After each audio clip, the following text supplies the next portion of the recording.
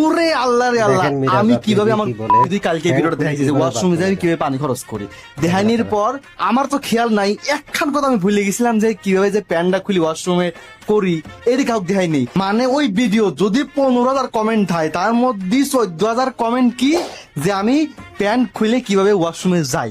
এই হুমন্দির পথ আনোয়ার কমেন্ট করছে যে কোনো পরিস্থিতিতে আমি আপনার পাশে আছি, মিরাজ ভাই প্যান্ট খোলার সময় আমাকে ডাক দিয়েন। এই যে কমেন্টটা হওয়ার পর মানুষ খালি কমেন্ট করে আমি ওয়াশরুমে যাই, যে ওয়াশরুমটা করতে পানি খরচ করলাম, প্যান্টটা খুলে বসলাম কিভাবে। আচ্ছা, এটি আপনাকে দেখাচ্ছি, দাঁড়ান। বাড়িতে লুঙ্গি পরা থাকে, হ্যাঁ লুঙ্গি পরা থাকলে লুঙ্গিটা এই যে পাও দিয়ে এইভাবে নিয়ে, ঠিক আছে, আরামে এই জায়গায়।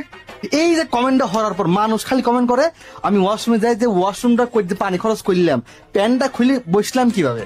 আচ্ছা, এটি আপনাকে দেখাচ্ছি, দাঁড়ান। বাড়িতে লুঙ্গি পরা থাকে, হ্যাঁ লুঙ্গি পরা থাকলে লুঙ্গিটা এই যে পাও দিয়ে এইভাবে নিয়ে, ঠিক আছে, আরামে এই জায়গায় বসে পড়ি, বুঝেছেন। যদি মনে করেন যে প্যান্ট পরা থাকে, ঠিক আছে, ওয়াশরুমে আসি, প্যান্টটা এই যে প্যান্ট